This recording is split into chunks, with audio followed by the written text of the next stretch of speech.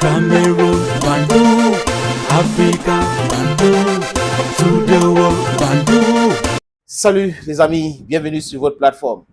Ici c'est le sénateur, ou que dis-je, Sa Majesté, sénateur Clétus. Oui, en 2025, je m'appelle comme ça. J'ai ajouté Sa Majesté. Je suis l'homme le plus noir d'Afrique, l'homme le plus noir du monde, un enfant d'Afrique qui défend les valeurs africaines, tout ce qui est africain doit être défendu, pas moi, pas vous, pas tout le monde. Nous devrons être avec les leaders, ceux qui veulent du bien de notre continent, qui veulent du bien de notre pays, l'Afrique. Et nous devrons, à l'unanimité, condamner comme un seul homme ces Africains-là qui veulent nous maintenir dans l'esclavage, dans la souffrance, juste pour les intérêts égoïstes. C'est de l'égocentrisme. Mais nous autres aujourd'hui, vous et moi, nous le savons très bien que ce combat est noble et qu'on est en train de la gagner. On est en train de gagner la guerre communicationnelle. Et c'est à partir de là que beaucoup de choses sont en train d'arriver aujourd'hui. Le démantèlement des différentes bases militaires françaises d'Afrique. C'est parti de vos dénonciations, de notre dénonciation, de la conscientisation, de l'attaque communicationnelle violente qu'on mène contre ceux-là qui pensent qu'il faut nous imposer la souffrance comme mode de fonctionnement. Il faut nous imposer l'insécurité comme mode de fonctionnement. Nous le disons clairement. Non. Et encore, on n'a rien contre les gens.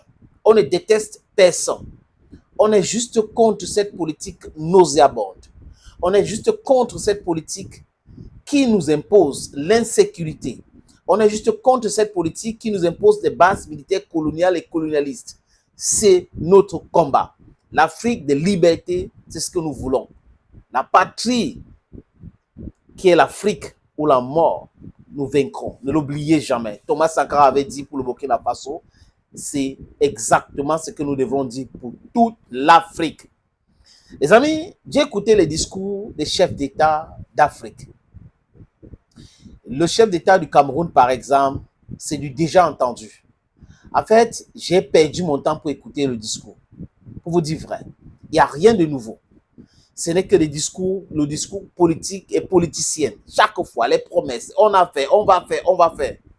Quand je suis allé en Côte d'Ivoire, écouter le discours aussi d'Alassane Draman Ouattara, c'est la copie, la pâle copie du discours de Paul Biya. Donc, ils sont de la même école. Paul Biya et Alassane Ouattara sont de la même école, les mêmes méthodes, même discours, même façon de fonctionner. Ils ne se rendent pas compte que le paradigme a changé, que les choses évoluent. Ils ne se rendent pas compte. Mais par contre, j'ai écouté le discours d'Assimi Goïta, le général Assimi Goïta du Mali. Ça, c'est ce qu'on appelle discours. Voilà ce qu'on a fait.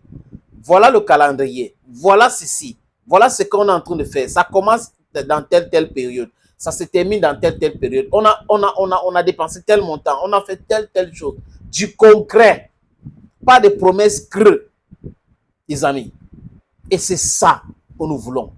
Et j'écoute Ibrahim Traoré. Limpide de chez limpide. Des choses concrètes. Nous allons faire ceci, les jeunes, la banque de ceci, encourager les jeunes, accompagner les jeunes dans l'investissement, dans ceci. Les terroristes ont fait ceci, cela. Donc, vraiment du concret. Ce que tout le monde peut voir. Mais vous avez des gens qui viennent nous parler des choses qui viennent de l'abstrait. Vous avez Ouattara, quand il parle de chiffres. C'est-à-dire que les gens ne se nourrissent pas avec les chiffres. Quand vous avez Paul Biya qui parle, il vous parle des chiffres de croissance. Mais les gens ne se nourrissent pas avec ces chiffres-là. Si dans la vie de tous les jours, les gens ont faim, le panier des ménagères est hyper cher, élevé. Mais, c'est-à-dire que je suis dépassé, les amis. Les chiffres viennent faire quoi? C'est cette méthode caucasienne. D'abord, on les a enseigné ça. Venez nous dire que non, la croissance économique. La croissance économique, quand 100 francs ne peut pas acheter quelque chose. Quand 500 francs ne peut acheter rien. Quand 1000 francs ne peut acheter quelque chose. C'est la croissance économique, là on le voit où. Et là, je tombe, bam, au Sénégal. Bassirou Diomaye Faye s'adresse à la nation. Et c'est un discours formidable. Un discours digne d'un chef d'État. Un discours digne d'un président qui veut du bien de son peuple. il vous parle de déclaration des biens qui va toucher tous les secteurs de son pays. Ça, c'est du concret en 2025.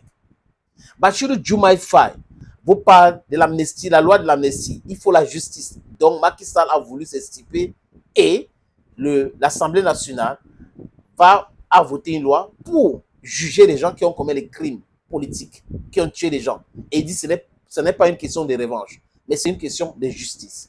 Et il parle de son premier ministre qui a toute sa confiance. Il cite son premier ministre. Vous ne pouvez pas écouter ça de la bouche de Paul Biya ou d'Alassane Dramane Ouattara. Jamais. C'est-à-dire que s'ils parlent de leur premier ministre, c'est comme s'ils sont en train de donner trop de pouvoir. Ils font la publicité de leur premier ministre alors que c'est leur collaborateur. C'est incroyable, mais vrai. Donc, il a vraiment dit des choses claires. Et la réaction des Sénégalais, pour ceux qui sont sur la blogosphère sénégalaise, les amis, vous allez constater que les Sénégalais se retrouvent dans le discours de Bassirou Diomaye Faye. Et Bassirou Diomaye Faye donc parle de la présence des bases militaires étrangères au Sénégal. Il dit clairement qu'en 2025, c'est bon là, toutes les bases militaires, parce que là on est en train de faire une fixation sur la base militaire française, alors qu'il y a une base militaire américaine. Donc il faut mettre un thème à cela. Ce comportement colonialiste, il faut qu'on en finisse avec. Et Bassirou Diomaye Faye and Ousmane Sonko, they got it right. They got it right. What on earth is the American military base doing in Senegal? What on earth is the French military base doing in Senegal or anywhere in Africa? Why should we have these military bases in our continent? Why? We are 2024, 2025 now, and we still have the military presence of these colonial masters. Et ils vont se dire, ils vont commencer, non, nous sommes des amis. Non, vous n'êtes pas des amis. Vous êtes des gens qui imposent l'insécurité aux autres. C'est de ça qu'il est question. Et cette pensée coloniale et colonialiste là, hein, we change the paradigm. Les amis, je vous suggère tout de suite d'écouter Bassirou Diomaye Faye.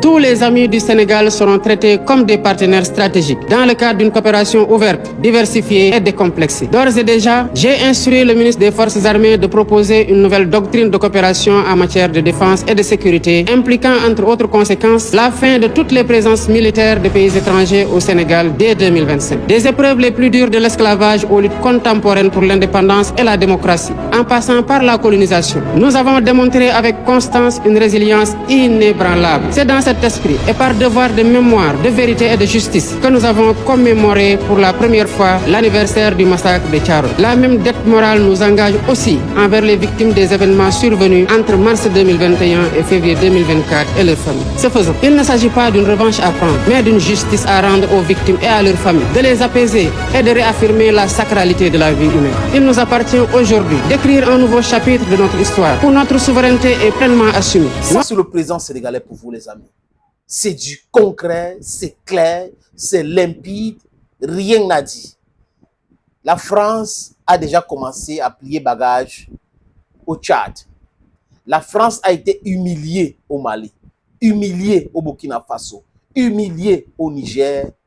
Cette fois-ci, cette France devrait démanteler les bases militaires qui sont en Afrique. Je ne parle pas seulement de la Côte d'Ivoire, du Sénégal, mais aussi du Gabon. Thank you, friends.